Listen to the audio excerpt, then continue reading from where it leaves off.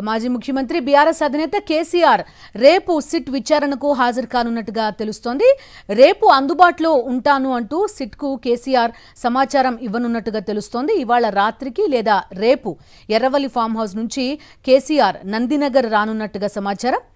అటు నందినగర్ నివాసానికి notice అంటించడంపై BRS తీవ్ర ఆగ్రహం వ్యక్తం చేస్తోంది. ఇప్పటికే సిట్కు రాసిన లేఖలో తాను ఎర్రవల్లి నివాసంలో ఉంటున్నట్టుగా కేసీఆర్ ప్రస్తావించారు. ప్రస్తుతం ఫామ్ హౌస్లో ఉన్నారాయన. ముఖ్య నేతలు, న్యాయ నిపుణులతో సమాలోచనలు జరుపుతున్నారు.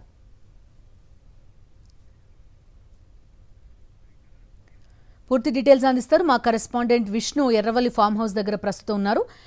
చెప్పండి విష్ణు, కొంత చేంజ్ ఆఫ్ మైండ్ కనిపిస్తోంది. ఎందుకు మనసు మార్చుకున్నారు?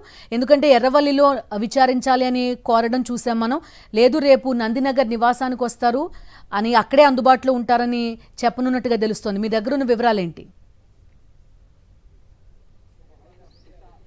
పూర్తిస్థాయిలో ఉదయం నుంచి కూడా ముఖ్య నేతలందరితో చర్చించిన తర్వాత కేసీఆర్ రేపు నందినగర్ నివాసంలోనే ఏదైతే సిట్ నోటీసులకు సంబంధించి విచారణ కోసం వెళ్లాలని చెప్పి నిర్ణయించుకున్నట్టుగా తెలుస్తుంది. ప్రధానంగా ఇందులో రెండు అంశాలు ఉన్నాయి. ఒకటి ఏంటంటే సిట్ అధికారులు సూచించిన అంశాల ప్రకారం ఏదైతే సిట్లో ఏదైతే కంప్లైంట్లో ఉన్న అంశాలకు సంబంధించి అనేకమైన ఎలక్ట్రానికల్ ఉపకరణాలు ఫామ్ హౌస్ కు తీసుకొచ్చే అవకాశం లేనందున ఖచ్చితంగా భౌతికమైన అంశాలు కూడా ఉన్న పరిస్థితిలో అక్కడైతేనే హైదరాబాద్కు అందుబాటులో ఉంటే తప్ప వాటన్నింటినీ ఎర్రవల్లి ఫామ్ హౌస్ తరలించలేదని చెప్పి ప్రధానంగా సిట్ అధికారులు సూచించిన నేపథ్యం వాటన్నిటి కూడా లీగల్ ఎక్స్పర్ట్ తో డిస్కషన్ చేసిన తర్వాత ఖచ్చితంగా మనము అక్కడ నందినగర్లోనే విచారణకు వెళ్లడంలో పూర్తిగా అందులో మనకుండే ఇబ్బంది ఏం లేదు. ఎట్లాగో మనం విచారణను స్వాగతిస్తున్నాం కాబట్టి అది నందినగర్లో అయినా ఎర్రవల్లి అయినా ఇబ్బంది లేదని ఒక నిర్ణయానికి వచ్చిన తర్వాతనే సిట్ అధికారులు చెప్పిన విధంగా నందినగర్ కు వెళ్లడం కోసం సిద్ధపడి, అయితే నందినగర్ కు రేపు ఉదయం వెళ్తారా, ఇప్పుడు సాయంత్రమే కేసీఆర్ వెళ్తారా అన్న దానికోసం మంచి కొంత క్లారిటీ రావాల్సింది. ఎందుకంటే రేపు ఉదయం రాష్ట్ర వ్యాప్తంగా కూడా బీఆర్ఎస్ శ్రేణులు 1250 గ్రామ పంచాయతీలో పెద్ద ఎత్తున నిరసన కార్యక్రమాలు చేపట్టడం కోసం పిలుపునిచ్చిన నేపథ్యంలో రస్తారోకోలు జరిగే అవకాశం ఉంది. అట్లాగే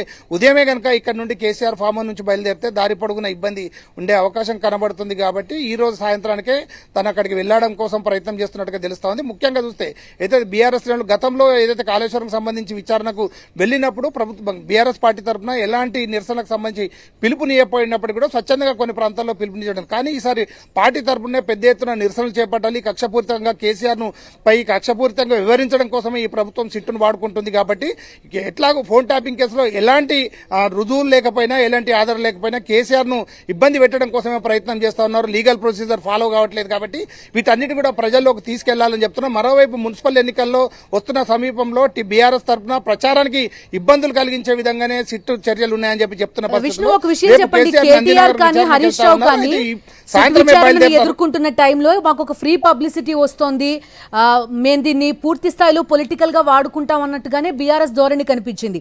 వేరేజ్ కేసీఆర్ దగ్గరకు వచ్చేసరికి మాత్రం కొంత ఆగ్రహం కనిపిస్తున్నట్టు బీఆర్ఎస్ శ్రేణుల్లో కానివ్వండి, ముఖ్య నాయకుల్లో కానివ్వండి. ఎందుకని?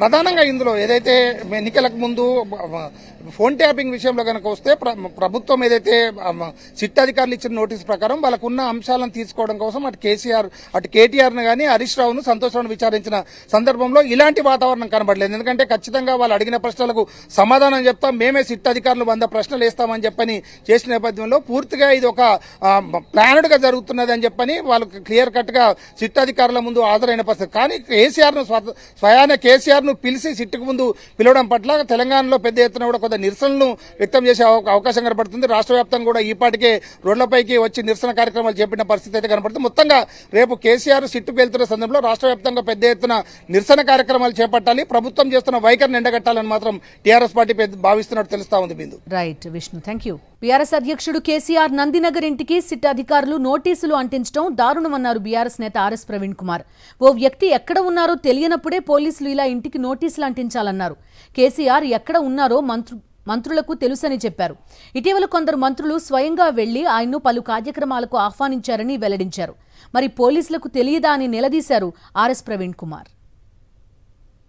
తెలంగాణ తీసుకొచ్చిన ఒక గొప్ప పోరాట యోధులు, ఒక తొలి ముఖ్యమంత్రి, అదేవిధంగా ఇప్పుడు ప్రస్తుత లీడర్ ఆఫ్ అపోజిషన్ ప్రతిపక్ష పార్టీ నాయకులు వారి నందినగర్లో వారి నివాసానికి పోయి గోడ మీద 160 CRPC notice Revanth Reddy paste చేయిస్తున్నారు పోలీసు వాళ్ళతోనంటేనే దీంట్లో ఎంత కక్ష ఉన్నదో రేవంత్ రెడ్డికి క్లియర్గా అర్థమవుతుంది. మంత్రులకేమో వారు ఏ గృహంలో ఉంటున్నారో తెలుసు, ఏ మండలంలో ఉంటున్నారో తెలుసు.